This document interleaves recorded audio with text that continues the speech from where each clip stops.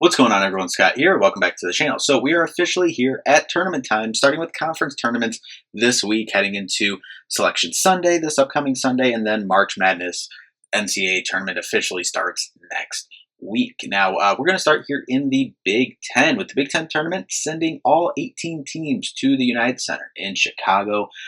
First time all 18 teams are going. Obviously, last year not everyone made the Big Ten tournament, but this year they're sending all of them, starting on Tuesday, going all the way up until 2:30 on Sunday, when the championship game will happen, obviously right ahead of the selection show for the NCAA tournament. So we're going to go through, pick every game here, and at the end of it, we'll give our championship matchup and our championship championship winner prediction.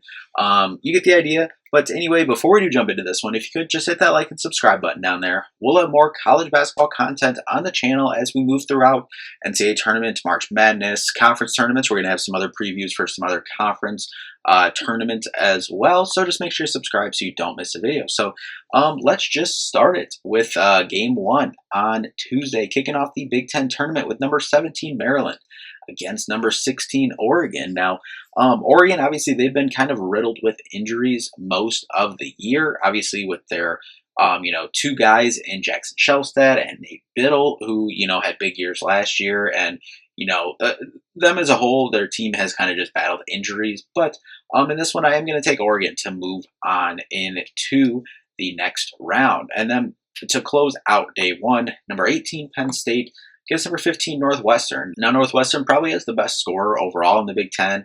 I think he's still leading the conference there in scoring. And obviously, Penn State's had a rough year. They've shown up in some games. Michigan State had trouble with them earlier on in December. But I'm going to take Northwestern to move on to day two in this one. Game three of the Big Ten tournament is going to be Oregon against number 9 Iowa on Wednesday. Iowa, at times they've beaten some pretty good teams this year and been in a lot of good games. Was just in a good one with Nebraska that kind of decided the last seedings of the Big Ten tournament there on Sunday. I got Iowa, Bennett Sturts in this one, moving on to Thursday. Number 13 USC, a lot going on there. Number 12 Washington struggled this year, but just with everything going on with USC, obviously their leading scorer, Chad Baker-Mazara, no longer on the team as of like 2 weeks ago. Just a lot going on here. I got Washington moving on to Wednesday. And then next game up would be number 15 Northwestern against number 10 Indiana. Now, at times, Indiana has looked really good and have beaten some pretty good teams this year. And obviously led by their point guard, Lamar Wilkerson, then Tucker DeFries you can throw in there. But I do think Indiana, I think this one will be a tight game, but I think Indiana will get past Northwestern in this one, just due to Wilkerson and DeFries, I think, being too much to match for Martinelli on the Northwestern side. Last game on Wednesday, number 14 Rutgers versus number 11 Minnesota. Minnesota has shown up in some pretty good games this year, been close in a lot of games as well. Rutgers, at times, they just gave Michigan State fits just about a week ago. They gave Michigan State fits about a month ago as well, end of January, a month and a half ago, whatever. But in this one, this one's a tough one. I could see either of these teams winning this one, this 14-11 matchup here. But you do have to pick one, and I do think maybe it's just some PTSD from just having faced them last week. I do think Rutgers, if they hit shots, against Michigan State, they hit their last 9 shots, shot at like 50% from 3, which they don't do. But if they can do that, maybe that was that performance is something they can find again. This one in a kind of tournament setting to extend their season one more day here. Then we'll start out with Thursday. Top of the bracket, number 9 Iowa, number 8 Ohio State. Now, obviously, big story in this one is Ohio State sitting on that bubble.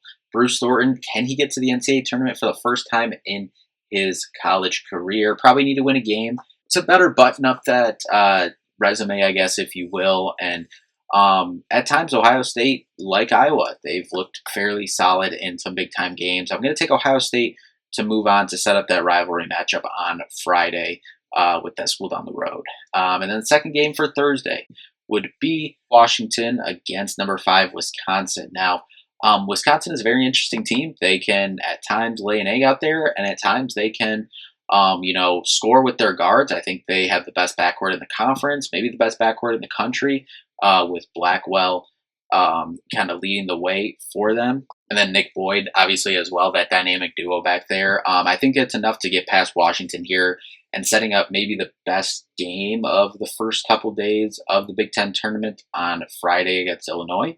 And then next got Indiana against Purdue. Now, this is an interesting one. Obviously the Indiana rivalry there, but can Purdue put it together? They have definitely struggled over the last couple weeks here of the season, but I do think they have enough in this one to get past Indiana, probably ending Indiana's hopes of getting to the NCAA tournament more than likely. If they win this game against Purdue, I think it maybe strengthens their resume. And if they put up a fight against Nebraska, then conversation about them getting in the tournament. But I do think Purdue has enough to get past them and set up a game against Nebraska on Friday, which then leaves us with the last game of the day on Thursday: Rutgers versus UCLA. Now, UCLA very up and down, but at times has looked really solid. Just blew out Nebraska just about a week ago as well. And then Rutgers, obviously, like we said, scrappy, young. If they hit shots, then they look pretty good. We saw that against Michigan State, but I do have UCLA to move on to Friday in this one. So then that brings us to the Friday matchups. Top of the bracket here, Ohio State versus that school down the road. Unfortunately, school down the road just too good this year, unfortunately, in this one. And for Bruce Thornton, if Bruce Thornton goes out and wins this game, I think that all but secures Ohio State into the NCAA tournament, kind of sitting right on that bubble right now. But unfortunately, I just think they're too good. Yaxel, and the group there, Merez, said it all year. Just too much. Get to the weekend there on Friday. Then setting up the second game, Wisconsin versus Illinois. I think this is going to be the best game of the day. 4 versus 5. Illinois at times can play with anyone in the country, and at times Wisconsin, as we said, they can sometimes lay an egg, but then sometimes with that backcourt, guards win March, and they have two of the best guards in Blackwell and Boyd in the country. So I do think Wisconsin pulls this upset here. Small upset, obviously, being the 4 versus 5, but I do got Wisconsin winning this one to move ahead to Saturday. Then the bottom half of this bracket, Purdue versus Nebraska, and this has obviously been Nebraska has kind of cooled off at the beginning of the year. Obviously, they were tops of the conference, 1-2 in the conference, and they're still right there. They obviously finished the season with the number 2 seed in the Big Ten, tied for the number 2 seed, obviously, with Michigan State as well. Just has that head-to-head matchup against Michigan State. But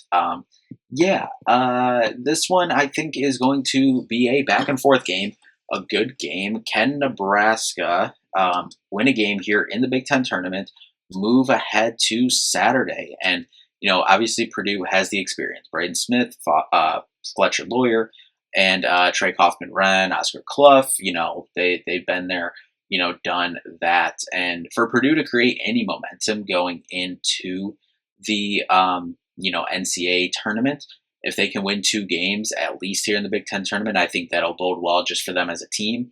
But I am going to go with Nebraska. And maybe I do think that they have enough to get it done in this one. But this one is really a coin flip game to me. But I'm also kind of selfishly doing this because as we get to the next one, UCLA versus Michigan State, Xavier Booker, rematch game again. And Michigan State, I think, gets it done in this one. Probably not as similar fashion as what happened in East Lansing a couple weeks ago. But I do think Michigan State moves on to Saturday. So that sets up that school down the road against Wisconsin. And unfortunately, again, I think this is very close. I think Blackwell and Boyd give them a really good shot. I think this is, obviously they beat them earlier this year, but I do think that this game will be very close, but unfortunately won by that school down the road, advancing to Sunday. So then will we get a rematch of what we just saw on Sunday? Well, we have Nebraska versus Michigan State. Obviously, one of Michigan State's only conference losses on the year was at Nebraska. Getting that revenge here would be a nice set up going into Sunday, Championship Sunday, and I think Michigan State a lot different team than when they saw Nebraska beginning of January after the turn of the calendar year. I think Michigan State does enough to get it done to advance to Sunday, setting up the rematch from what we just saw this Sunday. School down the road versus Michigan State. Now, beating a team 3 times in a season is very tough. We saw Michigan State do it back in that 2018-19, magical Final Four season. Cassius Winston, Big Ten Player of the Year, all the stuff. We saw them beat that school down the road 3 times in like a 3-week span. So can that happen? This wouldn't be a 3-week span, but it would be twice in a week. Can that happen? Sure, it could happen. They're a really good team. They're top 2 team in the country for a reason. They have probably, the Big Ten Player of the Year favorite as of right now, time of recording. This is another Big Ten Player of the Year matchup, 1 versus 2, Yaxel versus Jeremy, who I think will be 1 and 2 in the votings. And I think this will be another tight matchup. And I think it'll be a lot more like the second game was, especially that second half where it was just it just seemed like both teams were just throwing haymakers at each other. And I'm going with Tom Izzo and Michigan State. I know that's probably a homer pick as you look around here, but I think the stuff that we saw from Michigan State in Ann Arbor on Sunday was good. You just had to make a couple shots, and Yaxel probably had one of his best games of the season, especially. He just seemed like he could not miss. I don't have the numbers in front of me, but it seemed like he could not miss. Like he was, as they say, shooting into the ocean, if you will. So if you can force a tough couple missed shots in this one, continue to keep those turnovers low. Turnovers were really good. And if you can get something from Jordan Scott, Kurt Hang, Cam Ward did not have a good game Sunday. If he can turn around and have an impact in this one, because I think he's an option on Yaxel. Not to stop him completely. No one's going to stop him completely. But I think that he's an option and kind of switching some defensive rotations. I know Izzo talked about ball screen defense, switching some of that around. I think Michigan State can get it done in the championship in this one and come away Big Ten tournament champions, which I know that's school on the road. They won the regular season Big Ten title, but I seem to recall last year they said the real Big Ten championship was the Big Ten tournament. So maybe we can win the real Big Ten. No, I don't actually believe that. Winning the Big Ten regular season is a lot tougher. It means a lot more. I would much rather win a 20-game conference season than getting hot and winning, 3, 4, 5 games over said weekend. But I do think Michigan State has what it takes to get it done here.